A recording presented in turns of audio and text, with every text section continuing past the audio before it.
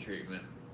Yeah. And like, I think when it comes to working in treatment though, like if anything, it's kind of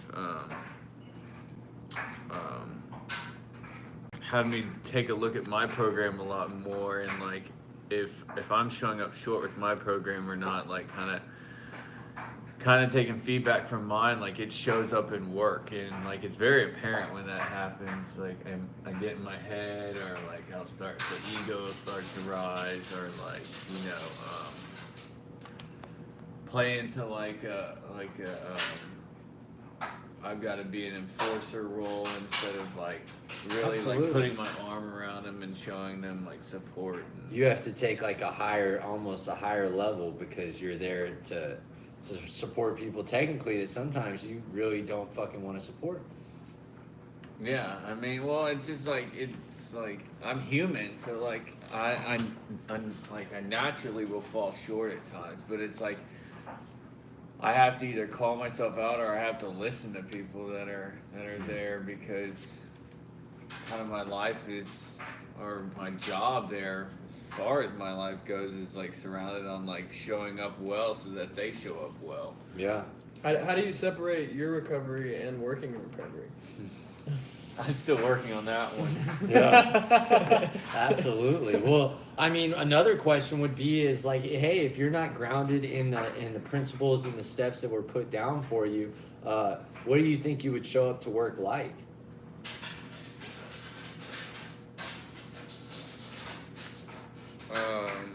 My mentality is I would almost like, in a sense, like fake it. Like I would try to show up so that they couldn't see a weakness, but then like it would be inauthentic. Yeah, I can totally relate to that. I mean, I think that's what we do is just try to fake it till we make it type thing. You know, that's like, if I can't vibe with these people, then I'll at least make them think that I vibe with them to get what I'm trying to get, whatever that might be. Would you say it's been a good experience so far? Oh, absolutely. I've grown more in my program and working in treatment than I have getting out, because like I've had people, not just staff but clients like call me out on shit that I've got to take a look at. Oh, that must hurt. Yeah. And it's good though, because I need that pride leveling at times. Yeah, that's definitely a shot when it's like you got someone who's obviously like in not the best situation of their life telling you how you should live your life.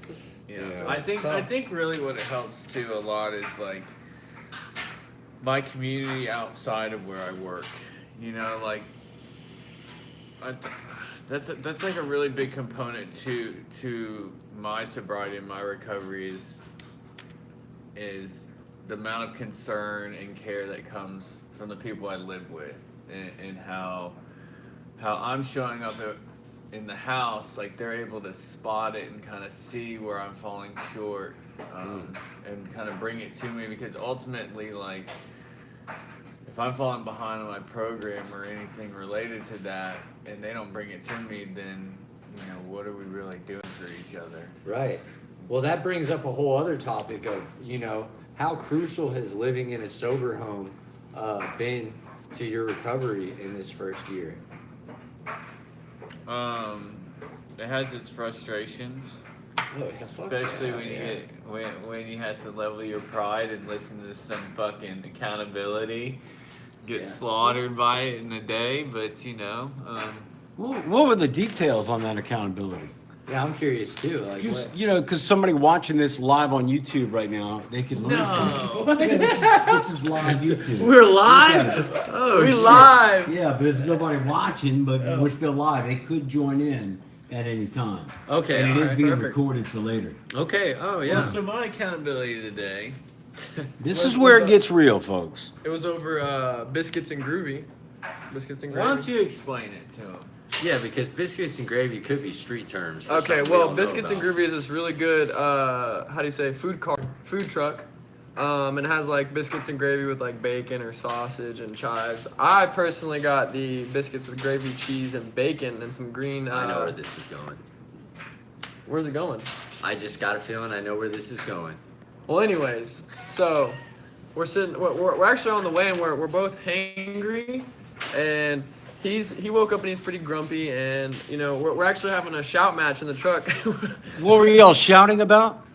Finding a parking spot. Finding a parking spot and Who was driving?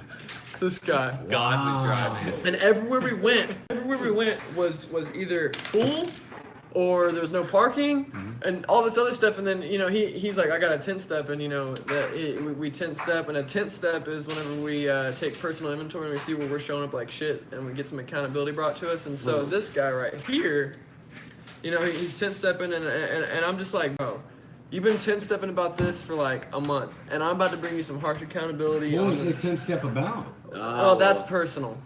Yeah. Nothing's too personal on a YouTube video where nobody's watching. That's up to him to disclose. Okay, that's right. We're digging Yeah. for. You're right. My bad. Right. So I brought him some accountability on how he's been showing up and kind of checking his program and we kind of relating to him, like, you know, I understand working in the recovery field's hard. I've never done it, but I kind of see where my mind would go, and that my mind would go to like, wow, I go to work and it's just recovery, and then I come home and it's recovery, and it's just all recovery all the time, and it just, you know, it gets tough separating the two and just having a James is a pillar of this house, so. Well, I think also, you know, something to really think about is like, dude, he's in the trenches, you know, he's Right. like, you know, Yeah, he we is. get to deal with each other whenever we kind of have like somewhat of, I mean, you guys didn't get to deal with me when I had a clear mind, but still, you had to deal with people at the worst of their worst. Man, I can't believe we're live right now. What if we actually get some people that want to hear what we have to say? That'd be cool. We've come far. I'm thinking about changing the title. The title is Sober Living in Austin. Oh. Maybe I can put something a little more catchy. Yeah, this is just a trial run. Right. We probably need to get, Anonymity. we'd have to get Sober Living in Austin.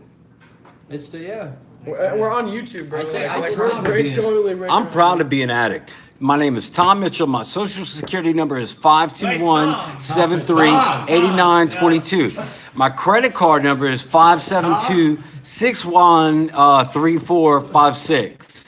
Expiration date 09 of 53. And my PIN number is.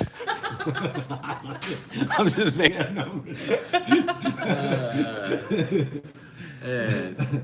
All right, so back to the seriousness of, yeah, I think you brought up a good point too, man. Is what the fuck are we doing here? Like, what are we doing by trying to recover? Because, you know, if I were to just stick it like, hey, like, you know what, like, when I look at like, hey, how hard it was to get off of drugs, and then how hard some of the things like I have to deal with like in recovery, as far as looking at myself, it's way easier to get off of the drugs. Like, I'd be like, man, I could do this again. I mean, Yeah, dude. you know, I do find it's very hard to stay off drugs. But, you know, I could get sober a million fucking times, and once I've done it, you know. But, yeah, what are some of y'all's experiences with actually changing, you know, your mentality?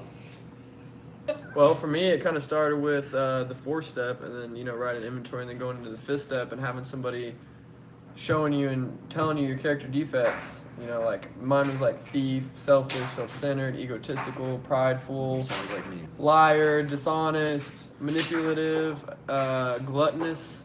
I always need more. Oh, I thought you were saying you were fat. No, gluttonous is you need more. Like I always want more money and stuff like that. See, yeah, you can tell I was kind of undereducated, but I'm pretty though, so it works You are itself out. pretty. Yeah. You got some wavy hair. But yeah, so like once you're kind of aware of how you've been showing up and. I'm done. He's out of the podcast. Dude. We don't- No, we're gonna bring James in as Yeah, guest guest speaker, speaker, dude. on our first official episode. This is the first episode. No, this is our trial and error. Let's see Okay, if we good. could Yeah, actually because this do is it. like totally making me nervous. What? Like I feel so odd. Well, it's So like he's awkward. practicing vulnerability, which is one of the principles that we try to carry out. That's true. When you're uncomfortable, that's when you grow. Yeah. Randy, how would you say that sober living has affected your experience thus far? I know that you had a run-in where in your previous bout of sobriety, sober living really didn't, you know, no matter how many rules were in place, you still found a way to get fucked up. Can you go into that a little bit? So I got out of 90-day treatment and I came in and I was on fire, of course. I was on that pink cloud, is what we call it in the recovery community, which is where I'm just high on recovery. You know, like the 12 steps. I've had an experience, and I'm ready to carry the message and just go all out. You know, and then I instantly, almost instantly reverted back to old behaviors, and old behaviors leads me back to my old mindset, and my old mindset leads me to a relapse.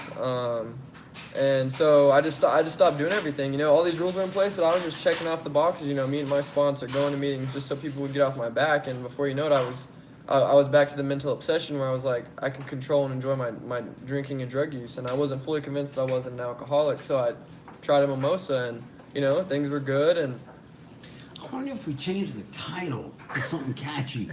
I'm in the middle of fucking Oh, talking. sorry. Jesus Sorry, Christ. Neil, my bad. No, it's No, good shit. it's It's a good lesson to learn, though. You know. Yeah. But yeah, go ahead.